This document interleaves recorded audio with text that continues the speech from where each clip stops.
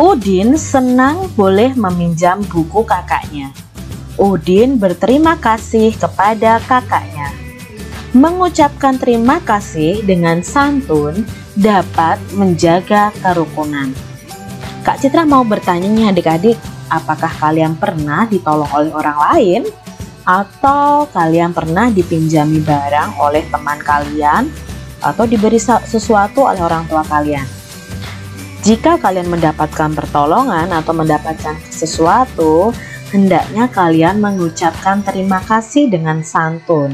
Karena mengucapkan terima kasih dengan santun itu dapat menjaga kerukunan. Di sini ada percakapan antara Mutiara dan Udin. Nah, kita simak yuk percakapannya. Terima kasih ya kak, aku boleh meminjam buku kakak. Sama-sama dik, aku ingin menjadi kutu buku seperti kakak, supaya pintar. Wah, hebat kamu dik. Nah, di sini si Udin ingin menjadi seperti kakaknya si Mutiara yang kutu buku. Ingat ya, kutu buku itu adalah ungkapan yang artinya orang yang gemar atau suka membaca. Ya, bukan di buku ada kutunya, tidak seperti itu adik-adik. Ya, kita sudah tahu arti dari kutu buku. Coba buat kalimat dengan kata ungkapan kutu buku. Contohnya, Kak Citra itu mendapat julukan si kutu buku. Bisa seperti itu adik-adik ya. Kalian bisa membuat kalimat dengan ungkapan kutu buku. Udin dan Mutiara sama-sama membaca buku. Buku yang dibaca Udin tidak terlalu tebal. Buku yang dibaca Mutiara cukup tebal. Udin membaca buku sudah sampai halaman 21. Mutiara membaca buku sudah sampai halaman 121. Angka-angka penyusun suatu bilangan itu menunjukkan nilai tempat dari bilangan tersebut. Nah, di sini ada kubus puluhan dan kubus satuan. Kubus puluhannya ada 2. Maka karena dia menempati nilai tempat puluhan, berarti 2 puluhan. Kalau 2 puluhan ditulis angkanya, ditulis lambangnya, yaitu 20. Ditambah ada 1 kubus satuan, maka 1 satuan itu ditulis 1. 20 ditambah 1 sama dengan 21. Lihat di sini. Jadi kesimpulannya 21 terdiri atas 2 puluhan dan 1 satuan. Kalau ditulis dalam bentuk panjang, 21 sama dengan 2 puluhan ditambah 1 satuan. Kalau kita tulis lambangnya sama dengan 20 ditambah 1. Nah, di sini angka 1 yang paling belakang sendiri ini menempati tempat satuan. Angka 2 itu menempati tempat puluhan. Nah, sekarang Mutiara tadi membaca buku sampai halaman 121. 121 bentuk panjangnya berarti 100 ditambah 20 ditambah 1. Nah, kesimpulannya 121 itu terdiri dari 1 ratusan nih, ada 2 puluhan dan 1 satuan. Maka sama dengan 100 ditambah 20 ditambah 1. Kita urutkan angka 1 yang paling belakang itu di tempat satuan, nilainya 1.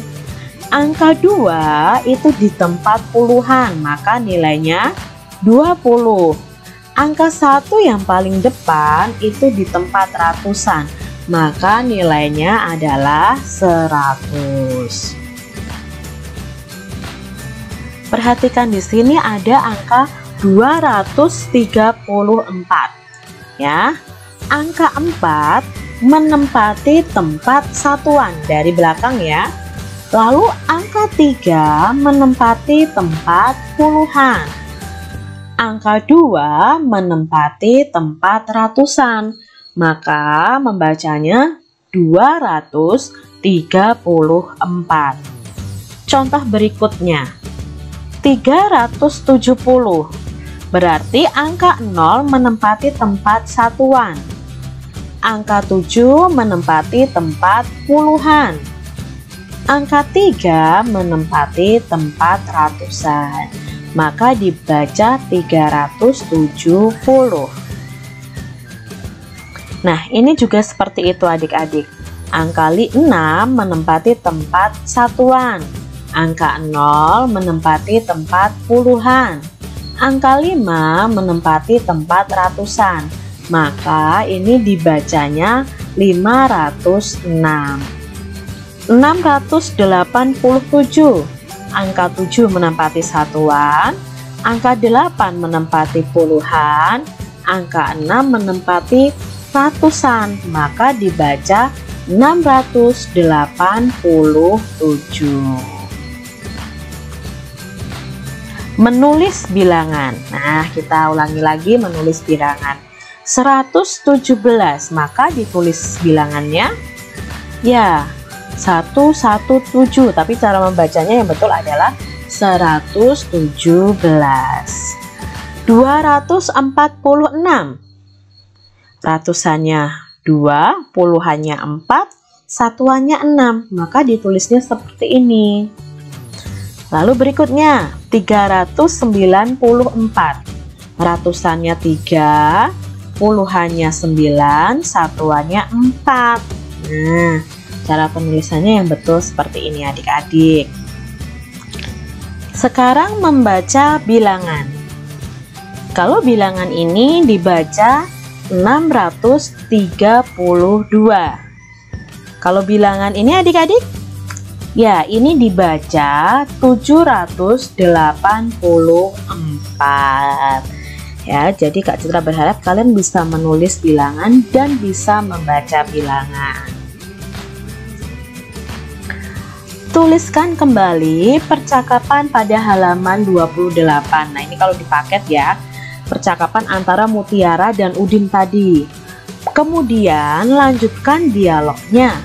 Usahakan dialognya mencantumkan lambang bilangan. Nah, di sini Kak Citra sudah punya contoh adik-adik. Di sini Udin kan bilang, "Terima kasih ya Kak, aku boleh meminjam buku Kakak." Nah, mungkin Kak Mutiara bisa berkata seperti ini, "Sama-sama, Dik." Lalu Udin bisa menjawab, "Aku ingin menjadi kutu buku seperti Kakak supaya pintar." Mutiara bisa menjawab, "Wah, hebat kamu, Dik." Nah, tapi di sini kita harus bisa mencantumkan lambang bilangan. Mungkin bisa seperti ini adik-adik. "Halaman berapa yang bercerita tentang bintang lapangan, Kak?" Nah, baru si Mutiara menjawab dengan lambang bilangan yang ada. "Halaman 121, Dek."